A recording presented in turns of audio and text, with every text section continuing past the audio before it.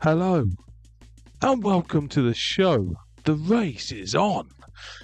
So today, we're going to do Ridge Racer, the PS1 classic, the game that you're going to find out is responsible for a lot. As I said, it's Ridge Racer for the PlayStation 1, originally an arcade game. This is a port, but they had to build it from the ground up, which is quite impressive. It was released a year after the arcade games in Japan on the 3rd of December in 1994. Following that, it was released in North America on the 9th of September in 1995, and then Europe the 29th of September 95 also. This is quite a time period between Japan and America. It's because of the console release dates. So this was a launch title for the consoles in every country, which is, pretty awesome when you think about what this game is. This game brought in drift mechanics. The first game to bring in drift mechanics. Now let that sink in, right? All the drifting you do now in games, you can thank to this game. And you think, oh, some other company would have done it. They didn't though, did they? These did. And the drifting isn't great, but they're the ones who were like, yeah, we're going to be the drift kings, we're going to bring it in. And fair play, it was awesome. And at the time, bear in mind, right, this port was 94 to 95, depending on what country you was in. So look at these graphics. Early to mid 90s, these graphics, they're the most realistic racing graphics at that time ever made. The arcade was slightly better, on the console they had to rebuild it from the ground up again because it's a whole different engine, but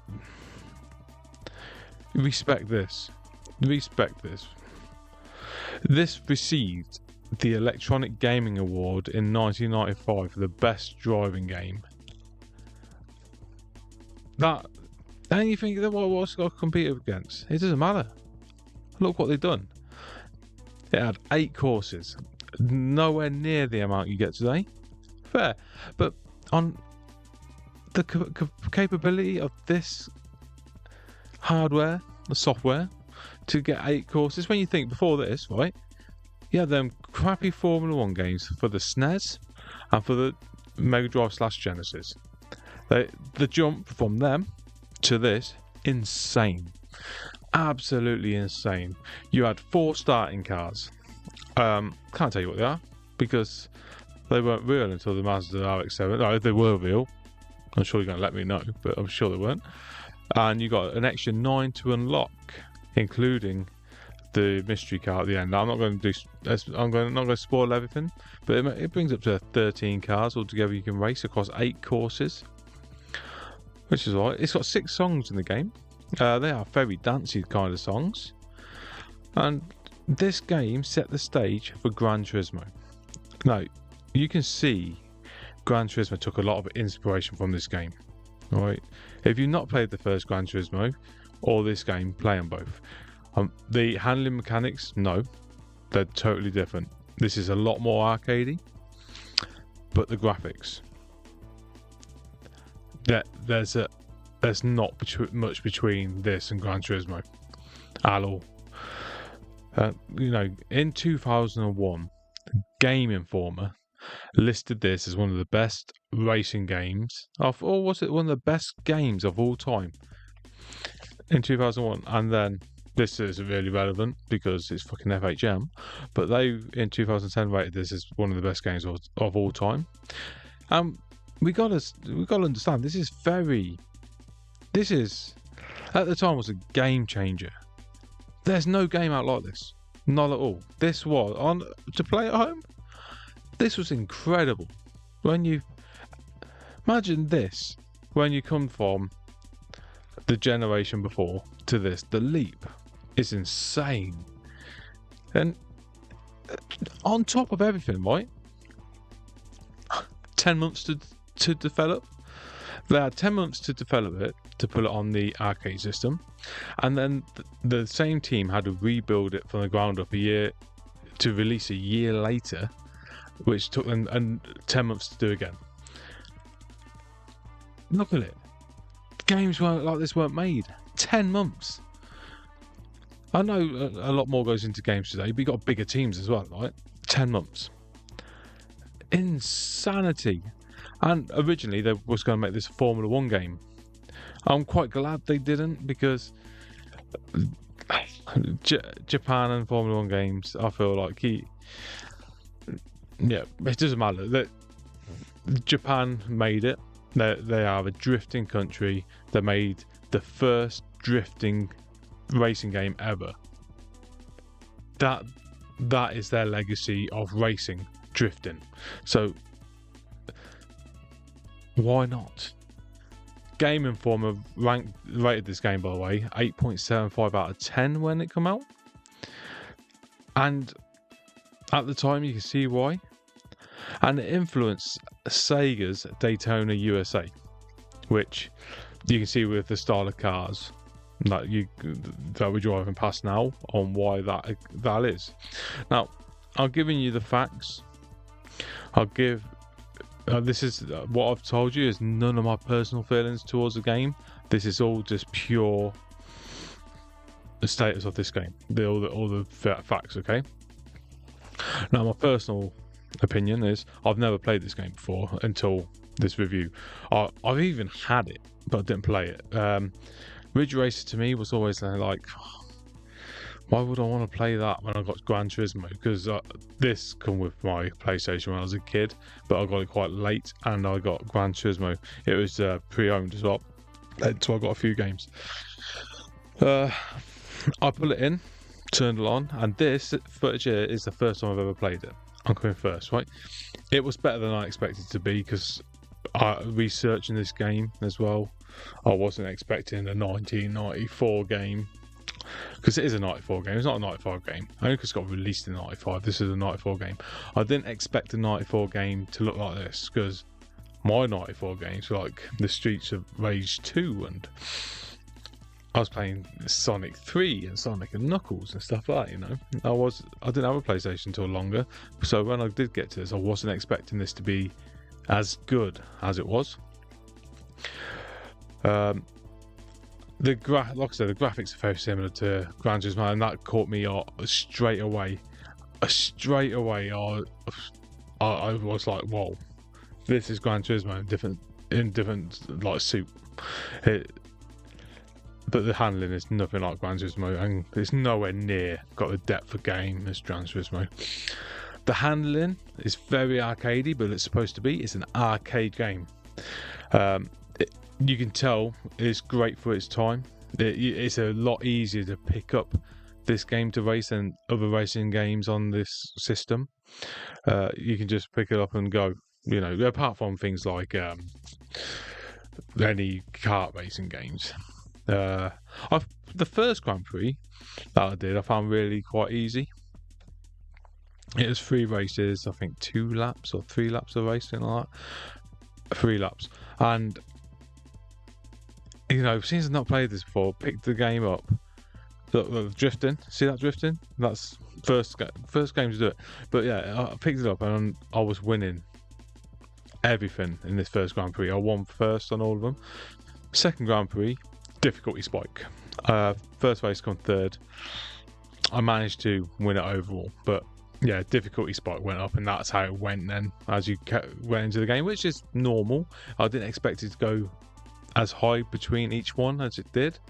I did get bored of the tracks because they're all very similar. You know, as you can see, if you've been watching the tracks so far, they're similar. But that's not saying that it's a bad game or anything, because at the same time, this was the first game like this of its time, right? So it is going to be similar, because they built these tracks, and you see a lot of work got put into these tracks. In 10 months, they're not going to be able to give you all the different scenarios and all that. So I respect it, but I did get bored of them. They're all too similar, and the game when I first put it in and playing it, I was thinking, wow, this is a good game. But I soon realised it was good on the surface, but as I said before, already, it had no depth to the game. Meaning, yes, you get Grand Prix mode, where you don't even have a set order to do your Grand Prix racing, you do them in any order. You do get unlockables, but I mean, it's 9 cars. It's 9 cars, so if you call that good unlockables or not, don't get me wrong, I know 1994, but playing this at this time of this stage of where we are is it's 9 cars and no extra courses, you know, and to be honest, all the cars feel pretty much the same. It's, you know, it just what it is.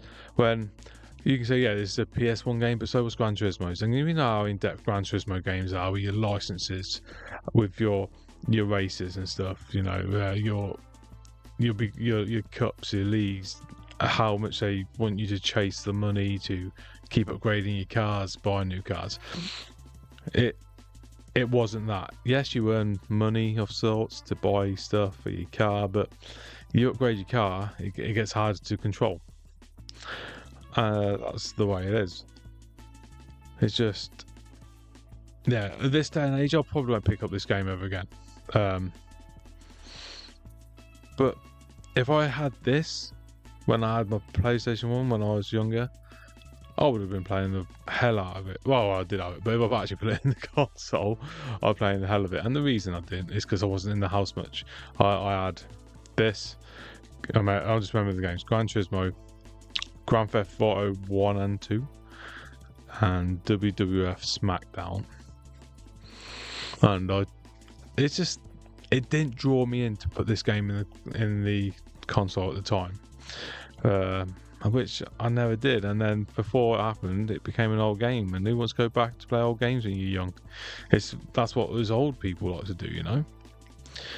The mechanics of the game, the AI of the game. Let's talk about the AI. The AI, yeah, they're annoying, but once again, it's the time, so I can't diss it. At least you got cars on the track, and it's not a time trial, but they follow the same path no matter what, and that's why.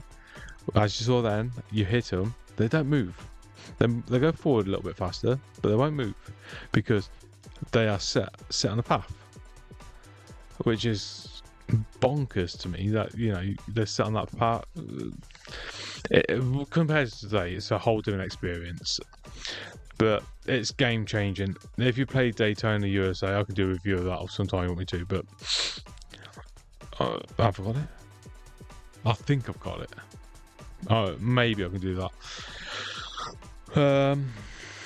But you can see it's heavily influenced, that game. But honestly, this game's better than Daytona USA. To me, this game's better. There's not much more I can say about this game than what you can see and what I've explained.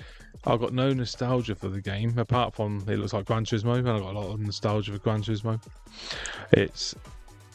It was good fun for the first maybe 10 to 15 minutes, then it started getting, like I said, very similar. I raced on 2 different tracks, right? The first 2 tracks I raced on, I was like, is this the same track? And then it's after I finished, I checked the 2 tracks because it tells you which ones you've done, that they were different tracks. That's how similar they are. It's bonkers how similar they are, and there's only 8 of them. I know it had to be launched with the PlayStation, but start the game earlier. You know, if they didn't get enough time, and no discredit to them because they've done a great job for the time they had. As a launch title, when you see the leap and bounds, it's come from the games prior. They've done a good job. There's no saying they haven't done a good job. You know, they had 10 months. As I keep telling you, if you don't understand that, right, go out, right, something in your field that seems unachievable to do in the year, and get that done in 10 months. I hope they got more time for Ridge Racer 2. Let me put it that way. Which I've never played either. I'm not sure how many Ridge Racer games there are, but yeah. Let's go over to the ratings, shall we? And here we are to our rating system. Now, I'm just going to put the game straight in. It's not there. It's definitely not in the bin. It's a good game. It's an okay game. It's an okay game. I was going to go smash it into. I'm stuck between okay game and good game. It's a good game. I'll tell you why it's a good game. It goes in a good game because it's innovative, whatever. And it's a first of its kind. It set the bar. It set the competition. It made companies do what they had to do to beat it. So for that, it's a good game. Definitely not the greatest game of all time, and not a great game. It is a good game. If I put an okay game, I'll be lying to myself. It's a good game for different reasons to normal, but yeah, I'm happy with that. Let me know in the comments if you're happy with that. And our list as we stand, let me just put the whole thing on for you so you can see. So that's as we are standing now. So if you're interested in adding a bit more to it than what you think about this list, then let me know. Thank you for listening. Please like and subscribe. Thank you.